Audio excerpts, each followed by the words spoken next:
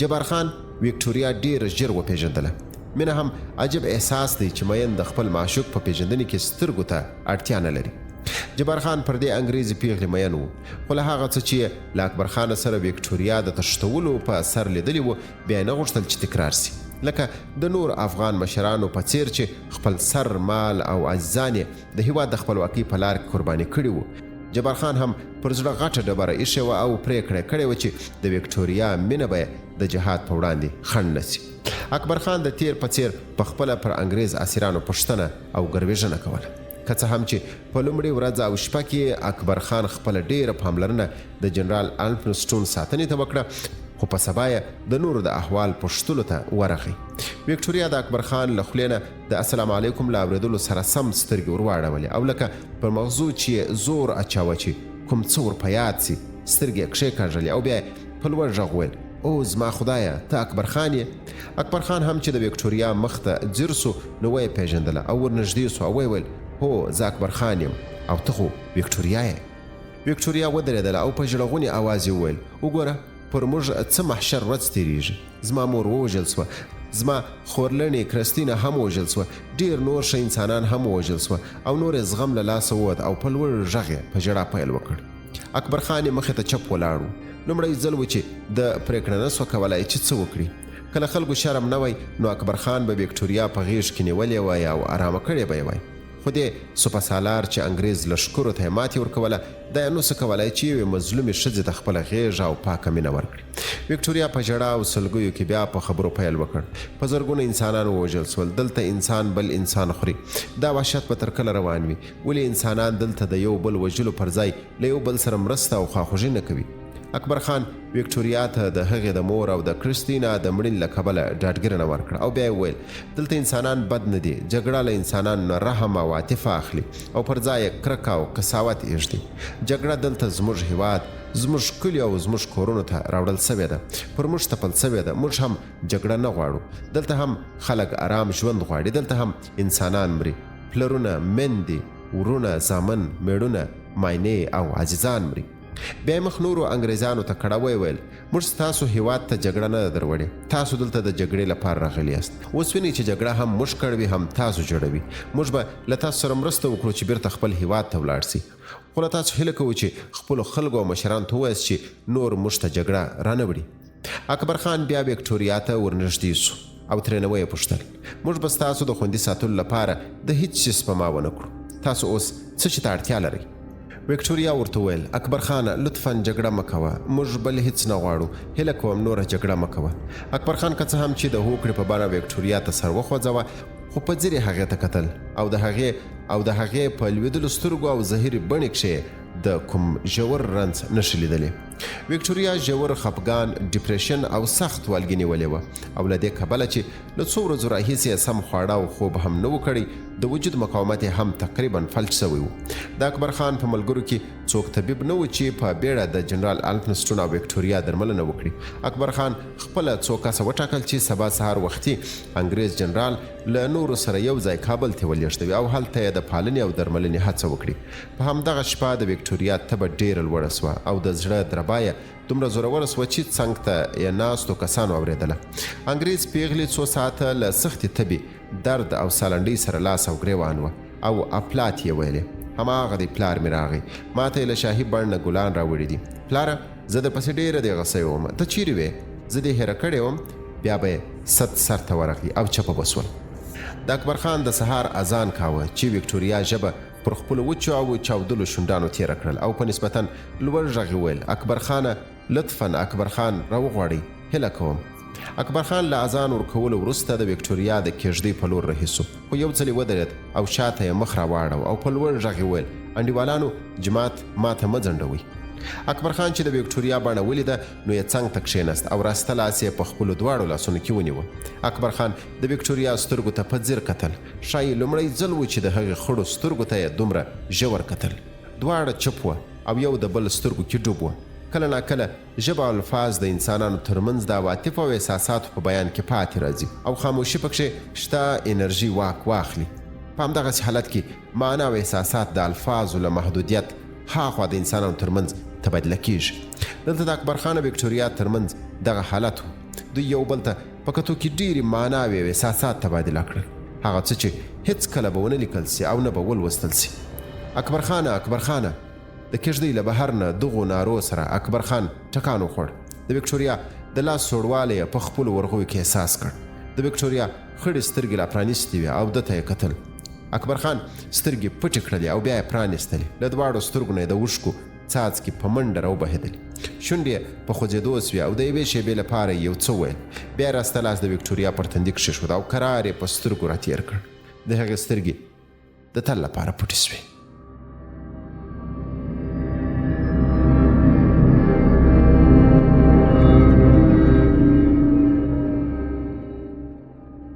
که څه هم اکبر خان تل د دشمن مړي د هغو ژوندیو ته ورسپارل چې په خپله دیني طریقه یې تکفین وکړي، خو وکټوریا یې په همدغه سیمه کې خاورو ته وسپارل. الفنسټون نو څه کولای چې د وکټوریا د ښخولو پر مهال له خپلې کېږدۍ راووځي، خو د اکبر خان تر شا یو بل کس ولاړ و، جبار خان. د اکبر خان لپاره جګړه پای ته رسېدلې وه. انګریز لښکر ټوله له منځه تللی و او هیڅوک د جګړې لپاره د اکبر خان مخې ته نه ولاړ. د اکبر خان په اصولو کې د ماتې خوړل دشمن وژل نه راتلل، ځکه خو پاتې لږ شمېر انګریز لښکریانو سره یې جګړه نه کوله. اکبر خان د لغمان پر لور د تللو امر وکړ.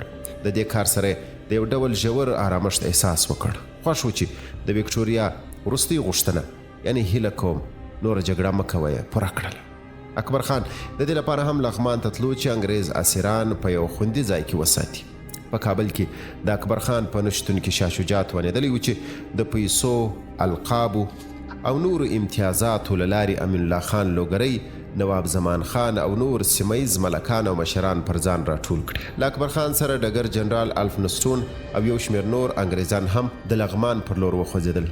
الفنسټون څو اونۍ وروسته د اکبر خان په یو میلمستون کې مړ سو او مړ یې د اکبر خان په امر په جلال آباد کې د انګریزانو چوڼۍ ته ولېږدول سو او همالته خاورو ته وسپارل سو.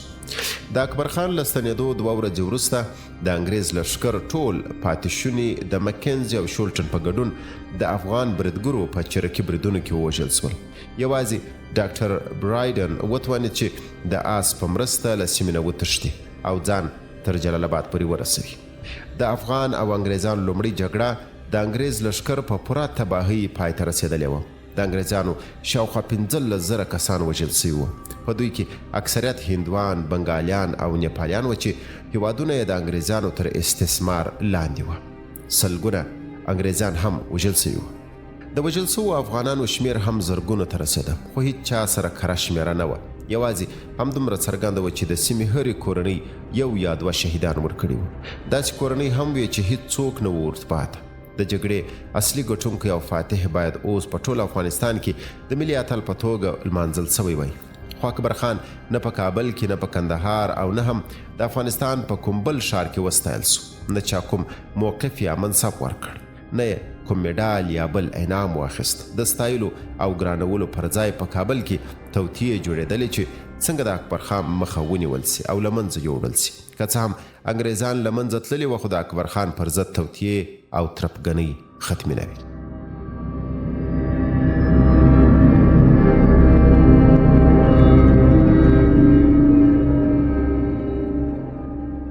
شاه شجاع ته د جګړې د میدان خبرونه په منظم ډول ورتلل. شاه چې ځان یې د مسلمان ولس اولو الامر باله، له هر لمانځه وروسته به یې د انګریزانو د بریا او د اکبر خان د جهاد د ناکامۍ لپاره دعاوې کولې. شاه یوازې پر دې اصل ایمان درلود چې په افغانستان کې دی د خدای استازی دی او د خدای په استازیتوب دی د هر کار حلال او حرام ټاکي. د شاه له انده د او د انګریز ملاتړو په وړاندې هر ډول بغاوت او نافرمانی هیڅ ډول شرعي او اسلامي مشروعیت نشي ترلاسه کولی. هر ځل چې به خبرچیانو خبر راوړ چې د انګریز لښکر ته زیان وراوښتی یا دا چې اکبر خان پرمختګ کړي، شاه شجاع به د ناهیلۍ په بڼه سترګې اسمان ته ونیولې او بیا به یې لاسونه د دعا په توګه پورته کړل او تر شونډو لاندې به یې خبرې پیل کړې. شاوخوا خلک نه پوهېدل چې چاته دعاوې کوي، اکبر خان ته که انګریزانو ته. که څه هم چې د شاه بهرنۍ ملاتړ ماتې خوړلې وه او له کابل نه وتلی و، خو افغان ملکان او مشران د دې پر ځای چې د اکبر خان د جهاد ننګه وکړي، پر شا راټول سول او یو له بل پسې بیعت وکاوه. همدغه د افغانانو عجب رویه او خصلت و چې شاه شجاع به تل انګریزانو ته ویل چې دا خلک په جهالت کې دومره ډوب دي چې اصلا د انسانانو خطاب نه ورته کیږي. دوی لکه پسونه چې پر هر لوري پیایه په هماغه لور ځي. امین الله خان لوګری د کوهستان ملایانو او نورو ملکانو او مشرانو چې پخوا د شاه او انګریزانو پر خلاف د جهاد ننګه کړې وه اوس ټولو شاته بیعت تازه کړی و. شاه امین الله خان ته د وزیري ژمنه ورکړې وه او نورو ملکانو او مشرانو ته هم د منصب، پیسو، القاب او مځکو د ورکړې ژمنې ورکړې وې. عجبه خو لا دا وه چې همدغه شاه چې د انګریزانو د لښکر په زور واک ته رسېدلی و اوس یې د انګریزانو له ماتې نه تر ټولو ستره سیاسي ګټه پورته کړې وه. له اکبر خان او ورته نږدې مشرانو پرته نور ټول مشران ورسره پر شاه شجاع راټول سوي وو. خو د نوي او کاذبه محبوبیت ترڅنګ شاته یو ستر سرخوږی هم پیدا سوی و. ملایانو او مذهبي مشرانو په پرله پسې توګه له شاه شجاع نه غوښتل چې د انګریزانو د پاتې پر خلاف جهاد اعلان کړي او په خپله د مسلمانانو د لښکر مشري وکړي. شاه شجاع هیڅکله ځان ته دا حق نه ورکاوه چې د انګریزانو پر ضد جهاد څه چې یوه خبره هم وکړي. شاه په ډیلي کې ناست انګریز واسرای د ځان ولی نعمت باله په داسې حال کې چې خلکو له شاه نه غوښتل چې د ننګرهار پر لور لښکر وباسي او د انګریزان پاتې شوني له افغانستانه وشړي. شاه شجاع هره اونۍ ډیلي ته پټ لیکونه لیږل او له انګریزانو نه یې غوښته چې ډېر ژر اضافي فوجیان راولېږي چې اکبر خان ته ماتې ورکړي. شاه په خپل لومړني لیکونو کې انګریزانو ته لیکلي و چې د اکبر خان په زرګونه له بغړ له منځه تللي او په ډېر بد پوځي حالت کې دي. په یوه لیک کې شاه د برطانوي هند د پوځ د استخباراتو مشر چارلز مک ګریګو ته لیکلي و تاسې یوازې 10,000 پوځیان راولېږئ چې د ختیځ لور نه د اکبر خان په له بغړو برید وکړي. موږ به ورباندې د شاه له خوا نه برید وکړو او په ګډه به دغه فتنه له منځه یوسو. تاسو ته استدعا کوم چې وخت مه ضایع کوئ او بیړه وکړئ. شاه شجاع په ډیلي کې له راروانو سترو بدلونونو نه و خبر. لارډ اکلن چې په کابل کې د انګریز لښکر سختې ماتې خبر واورېد نو سملاسې پر کټ پرېوت او 2 اونۍ په سختو تبو او دردونو کې تېرې کړې. اکلن نه یوازې چې د ډیلي خزانه د افغانستان پر جګړې تشه کړې وه بلکې د برطانیا امپراتورۍ لپاره د ستر تاریخي پیغور سبب سوی و. په کابل کې د انګریز لښکر د بوږنونکې ماتې خبرونه ان اروپا او امریکا کې د انګریز پوځیانو پر حیثیت او شهرت منفي اغیز کړی و او هغه انګیرنې یې ناسمې ثابتې کړې وې چې ګواکې انګریز لښکر هیڅکله ماتې نه خوري. لندن د لارډ اکلن ناکامي نه سو بخښلی ځکه خو یې ادوارد لا په برطانوي هند کې د نوي واسرای په توګه وټاکه.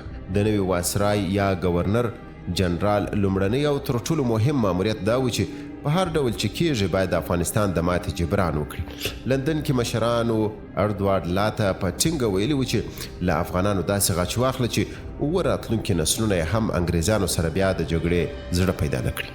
په داسې حال کې چې شاه په بېصبرۍ د انګریز لښکر د بیا راتګ غوښتنې کولې د پل خشته د جومات امام او د کابل د علماو مشر میر حاجي د میر مسجدي کشر ورور له خپلو مریدانو او پلویانو سره د کابل جلال آباد لارې ته د جهاد له تور علم سره راووت. میر حاجي اعلان کړی و چې هر څوک چې له ده سره جهاد ته نه ځي او په کابل کې پاتې کېږي مرتد دی او په مسلمانانو کې نه شمېرل کېږي. د میر حاجي پلویانو د زیارتونو توغونه، پنجې او علمونه له ځانه سره وړل او په سر کې په خپله میر حاجي په داسې حال کې چې پرانیستی قرآن په لاس کې روان و.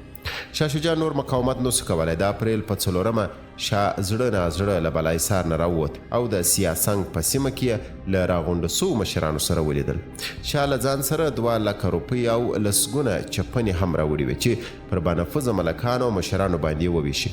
د شاه له راتګ سره په سیاسنګ کې د الله اکبر نارې پورته سوې. د امین الله خان لوګری او نواب زمان خان بارکزي په ګډون د جهاد نږدې ټول مشران حاضر وو.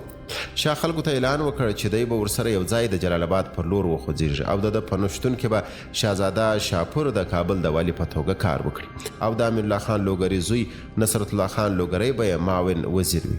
شاه دغه راز تر ټولو ډېرې نغدې پیسې امین الله خان لوګری ته ورکړې او هغه یې ډېر وستایه. د شاه دې کار نواب زمان خان ډېر خواشینی کړ. زمان خان چې د خپلو بارکزیو د کلک مخالفت سربیره یې شاه ته بیعت کړی و ځان یې تر نورو ډېر د شاه د التفاتو مهربانیو مستحق باله. شاه د مازدیګر لمونځ هم په سیاسنګ کې وکړ او بیا یې وویل چې سبا سهار وختي به له لښکر سره د جلال آباد پر لور مزل پیل کړي. تر لمانځه وروسته شاه شجاع د بالاحصار پر لور لاړ چې له خپلو ماندینو سره خدای پاماني وکړي. دغه شپه پر شاه ډېره سخته تېره سوله او تر سهاره آرام ونه کړ. ټوله شپه په دې فکرونو کې تېره کړله چې دی به څه ډول په جلال آباد کې د جنرال سیل سره جګړه کوي. شاه څو ځلې نفلونه وکړل او دعاوې وکړلې چې له جګړې نه بچ سي. د سهار اذان سوی و چې شاه د جواهراتو کڅوړه په لاس د خپل خوب له خونې راووت او شاهي ډولۍ ته وخوت. تر وتلو د مخه پرده پورته کړله او د خپل دالان او دربار ودانۍ ته یې وکتل. بیا یې پرده خوشي کړله او دعاوې یې پیل کړې. د شاه سره یوازې شاوخوا 100 تنه ساتونکي وو، ځکه نور مستخدمین او حاضر باشان یې سیاسنګ کې ورته منتظر وو. د شاه ډله د بالاحصار له غونډۍ پوره راکښته سوې نه وه چې ناببره د ډزو غږونه پورته سول. شاه خپل کیڼ اړخ کې پرده پورته کړه چې وګوري چې څه خبره ده، خو په همدغه شیبه کې 2 لاسونو د ښي اړخ نه تر جامو ونیوه او د ډولۍ نه یې کښته راوغورځوه. لا پوره رڼا نه وه چې شاه وګوري چې بریدګر څوک دي، خو یو څوک چې مخ یې پورته شوی و له آس نه راټوپ کړل او د الله اکبر چغې ورباندې وکړه. بریدګر سملاسي شاه تر ګریوان ونیوه، له مځکې نه یې راپورته کړ او سترګې په سترګه کې سور سره. بیا یې په زوره شاته پورې واهه او د ټوپک 2 ډزې ورباندې وکړې. یو مرمۍ د شاه پر ځګر غاړې ته نږدې او بله یې د زړه پر سر ولګېده. شاه له وژلو سره سم بریدګر له کمځکې چې وخوړل له سیمې نه تری تم سول. ځینو ساتونکو په چغو د بالاحصار خواته منډې کړلې، خو ځینو نور بیا د شاه ډولۍ ته منډې کړلې او د جواهراتو په کڅوړه شخړه پیل کړه. د شاه 3 شخصي حاضر باشان چې د یو څو شیبو لپاره حق پک پاتې وو د شاه مړي ته ودرېدل او لومړی یې څو ځلې نارې ورباندې وکړې او بیا چې ډاډه سول چې هغه مړ دی نو له ګوتو نه یې ګوتمۍ وایستلې او په بیړه یې څو ګزه لرې مځکه لږ وکیندله او هلته یې ښخې کړل او بیا یې څو ډبرې شاوخوا د نش په بڼه ورباندې کښېښودې. د شاه شجاع مړی تر 24 ساعتونو پورې په همدغه ځای کې پروت و. شاهزاده شاپور له دې ویرې چې بریدګر په حرم برید ونه کړي د بالاحصار دروازې کلکې وتړلې. یو ورځ وروسته چې 2 مستخدمین د شاه د مړي د ښخولو لپاره راغلل نو د هغه بېروحه جسد یې لڅ لغړ وموند، ځکه خلکو جامې هم ترې ایستلې وې. شاه شجاع الملک د 50 کالو و چې ووژل سو. د شاه ارمان د هغه تر مړینې وروسته پوره سو. تورن جنرال جورج پولک له 10,000 سپاهیانو او جنګیالیو سره د پېښور له لارې جلال آباد ته راورسېد.